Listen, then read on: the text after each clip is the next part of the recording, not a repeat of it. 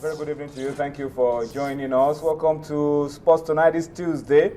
My name is Tony Ibitoye. I want to start the show this Tuesday by introducing to you those on Sports Tonight with me.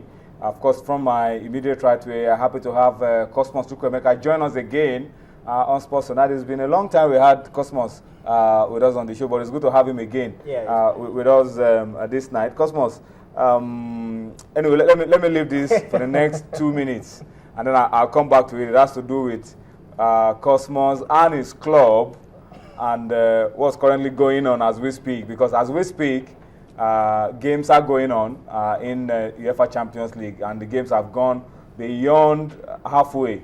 So we'll reflect on that, and I'll bring Cosmos in as we go along on the program tonight. Tunde is also on the show tonight. Tunde, good to have you on Sports Tonight. It's a beautiful day. Yeah. Okay, let's just hit the nail on the head straight away.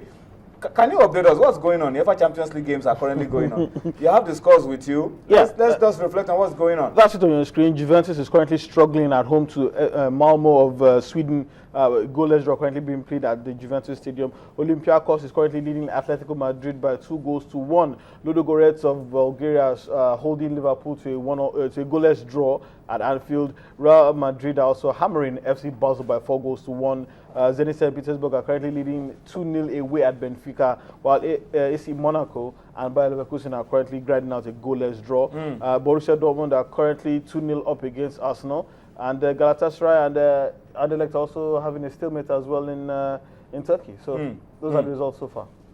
So, Cosmos, let's talk about Arsenal and what's currently going on.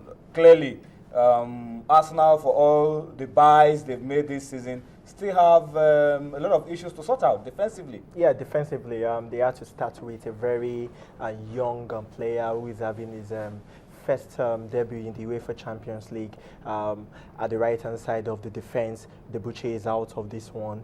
He has out for like 3 months. He's out for like 3 months, and of course, Chambers as well wasn't fit enough to play in the match, so they had to bring in Bellerin. Yeah, they had to bring in Bellerin, who has been in the under-21 setup of Arsenal for quite a while. Actually went on loan to Watford, and he's a good player, but the experience is that not the reason why you're losing 2-0? The reason that I feel we're losing 2-0, Arsenal is losing 2-0, is because you're playing against a Borussia Dortmund team that is a very good side, a Borussia Dortmund team that has prolific strikers. You have to talk about Ciro Immobile scoring the first goal, and of course Aubameyang just scoring after they started the second half. So for me, Arsenal are not particularly unsung in this one. I feel that Arsene Wenger is probably wrong in his tactics. For goodness sake, why play? But the results have changed. The results have changed somewhat. In Turin, Juventus are currently leading by a lone goal. Yeah, they scored a goal at last. Yeah, and Juventus. And Anderlecht have also made a breakthrough as well at Galatasaray. So it's looking good for Juventus and Anderlecht. All right, so that's it. Juventus, the champions of Italy, are up by a goal at home to Malmo. That's a game that everybody is expecting will be a stroll in the park for Juventus in that one. And they are up by a goal. At least the goal has come, the breakthrough has come for Juventus. And of Anderlecht, away from home, are 1 goal up at Galatasaray. So that's how it is at the moment. But let's come to you, Tunde. Liverpool have been out of the Champions League for quite a while. 5 years. And everybody's expecting that Ludogoret will not be the kind of club that should be giving Liverpool any kind of trouble. But so far, Liverpool have been struggling to break them down. Yeah. Same thing. Everybody expected that Malmo would be massacred by Juventus, but Juventus was also struggling to break down Malmo, but they finally make the breakthrough. It's always difficult playing these teams who have nothing to lose and everything to gain, who are more than happy to be there, and who don't want to go quietly. But it doesn't. That doesn't exonerate the bigger teams in quotes. This is where you're expected to show your quality and your pedigree. We always say here on this platform and every other platform regularly that big teams are supposed to get results even the days they're not playing well. So Liverpool has no excuse for not beating the likes of Ludogoret. Yeah. But they are making particularly heavy work of it. There seems to be a lack of cohesion, a lack of cutting edge in the final third. Mario Balotelli hasn't hit the heady heights that everybody thought that he would hit. But we're just hoping that they will make the breakthrough as well as like Juventus did. A 1-0 win would be okay for them in this group that everyone expects them to qualify alongside Real Madrid.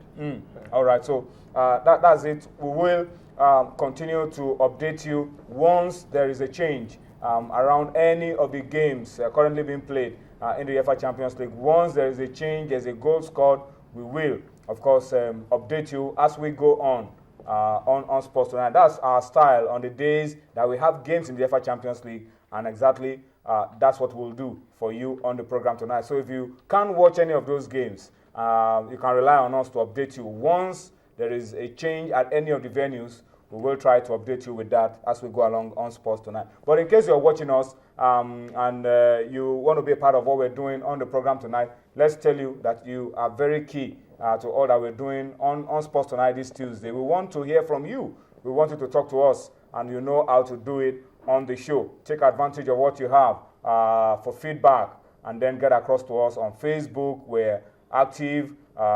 Channels iPhone Sports, and of course, if you want to tweet us at channels_sports at Tony Bitoye, we will be able to respond to you and react, and of course, read out your thoughts, your opinion to hundreds of thousands of people who are watching us across the globe. All right? I think that's how it is on the show tonight. But let me just tell you that on Sports Tonight today we have Runaway Bambo. Akoni, he will be joining us later on. Bambo is back with us on Sports Tonight. When it comes, he will tell us if he's going to come around and it's going to be around. When it comes, he will tell us that. But it's good to announce to you that Bambo will be coming in, and Bambo will be coming to talk to us about athletics. Of course, he has to fill a lot of gaps. It's a long time we got him on the show. And he will be here to talk to us about Blessing, Okagbare, Ese Brune, and a whole lot more on the show tonight. For those of you who've been asking questions, where is Bambo? Where is Bambo? Now Bambo is back. It will be on the show tonight. All right, but gentlemen, before we talk athletics, there's plenty of football to talk about. And today, let's start with this one.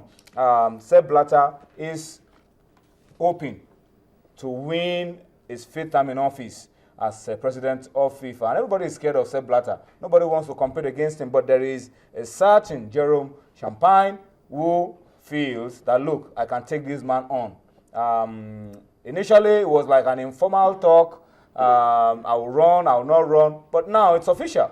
Jerome Champagne will be running against Sepp Blatter later at the FIFA elections. Yeah, Jerome Champagne has finally made his intentions known. He said something like close to this since last year. Yeah. He'd been working underground and behind the scenes trying to garner support for his candidacy. And I think before he can stand,